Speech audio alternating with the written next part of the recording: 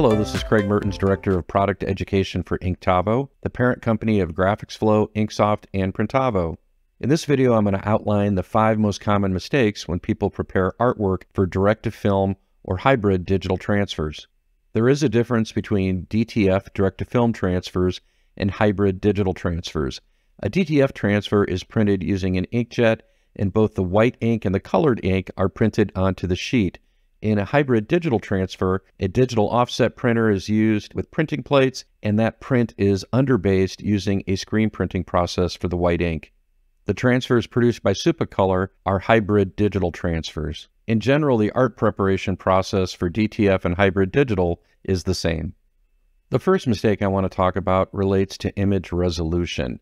And one of the biggest problems for printing either DTF or hybrid digital transfers is having an image that is too low of a resolution to produce a quality transfer. And what you see on the screen right here is 3 identical graphics. They're sized to production scale, which is 10.6 inches wide. There's a vector graphic, a 300 dpi bitmap, and a 72 dpi bitmap. And when I zoom out, they look equivalent. There's not any noticeable difference. And so what I'm going to do is I'm going to switch over to wireframe view, or in Adobe Illustrator, it would be called outline view. And we're going to take a look under the hood at the vector graphic. Vector graphics are composed of lines and objects, and they are not dependent upon resolution. If I scale a vector graphic up or down, it'll remain at the same image quality and print quality. On the other hand, bitmap graphics are composed of pixels. And so if I scale a bitmap graphic up or down, we're going to see a distortion in the quality where the pixelation will be more visible. And the higher the resolution, the less likelihood of us seeing those pixels. Now, this particular graphic is 300 dpi, which is ideal for a direct-to-film or hybrid transfer. If we print a 300 dpi transfer at full scale for the imprint, we should get a really nice print quality. The 72 dpi image is of low quality. And you can see very distinct pixelation here. It's got fuzzy edges, and this is going to produce a low quality transfer.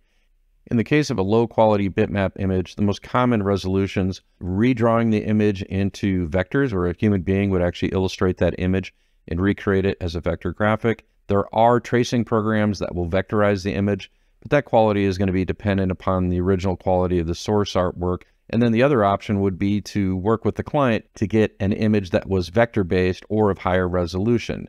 It's important to note that 72 dpi isn't necessarily bad quality. For instance, your phone takes images at 72 dpi, but they're physically large dimensions, say 40 inches by 60 inches. The real issue with resolution comes down to the quality of the image. You can have a 300 dpi image that's of poor quality that's going to print poor. The best thing to do is to zoom in on the image using your image editing software. And if you're not really sure about the quality, just print it out on paper with your inkjet printer. Then it will be really obvious if it's suitable for a direct-to-film or hybrid digital transfer. The second mistake is creating colors in your graphic that are not compatible with the production process for your transfer supplier. To illustrate this, I'm going to customize a file in my GraphicsFlow account using the stock art customizer. The colors that are currently in the design are Pantone spot colors, but I'm going to swap out a color with an RGB color. I'm going to select this color right here. I'm going to use the default color palette that's RGB, and I'm going to use a slightly different pink. I'm going to apply that color.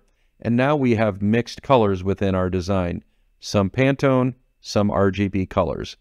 I'm going to save the design to my GraphicsFlow account, and then I'm going to download a production file. In this case, I'm going to be editing in Adobe Illustrator, so I'm going to download a PDF file. If I'm editing in CorelDRAW, I'm going to download a CorelDRAW file.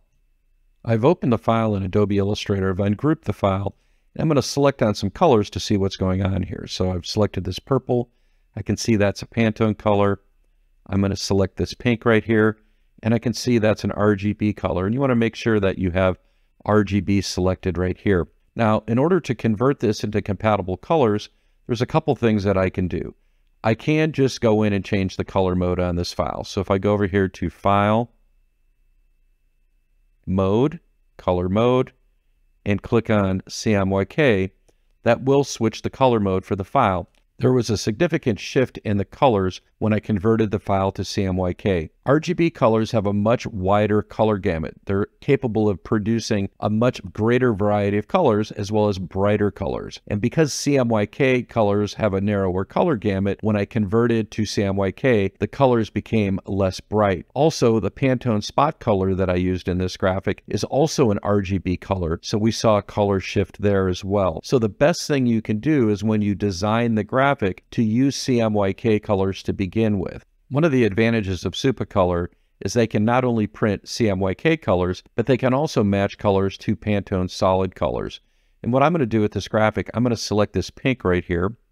In Adobe Illustrator, I'm going to go to Select Same, Fill and Stroke, so I've got that color selected. And I'm going to go to my Pantone solid coded color palette, and I'm going to select a new color. And even though this is an RGB color, Supacolor has the ability to color match this color with their digital printing process.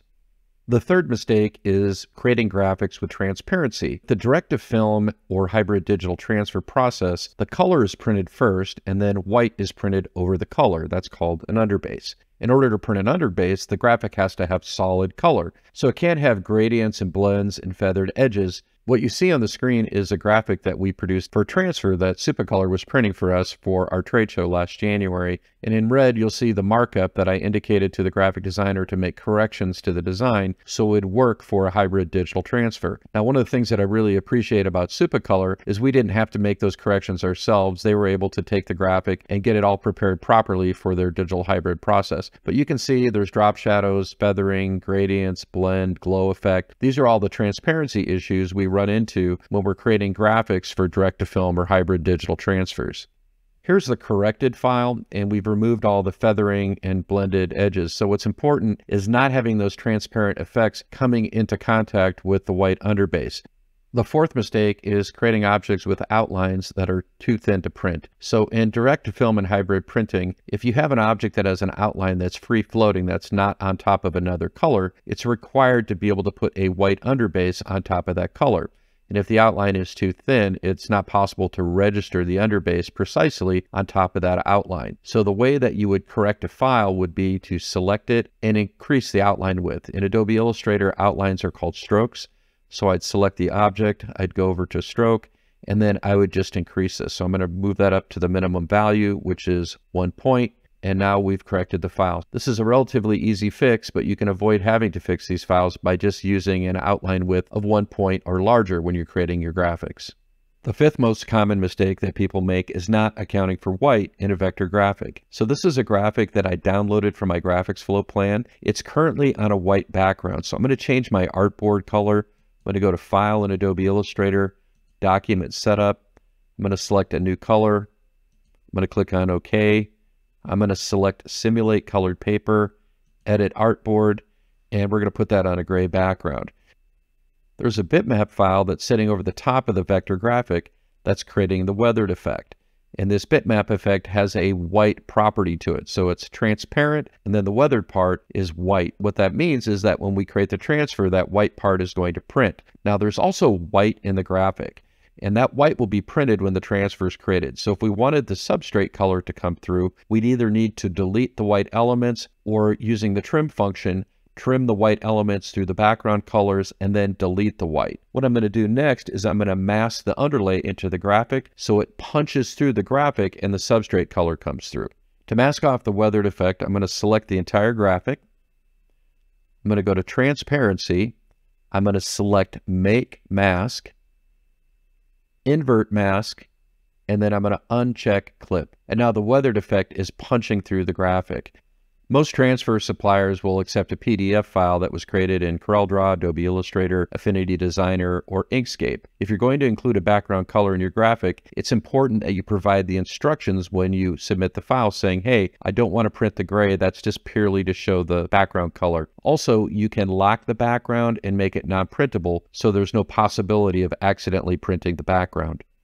Using common sense principles, you can avoid these 5 common mistakes. One of the things that I really appreciate about Supacolor is they provide very clear and concise artwork specifications and instructions. Also, if you submit artwork to them and it's not perfect, they're going to work with you and try to correct it on their end.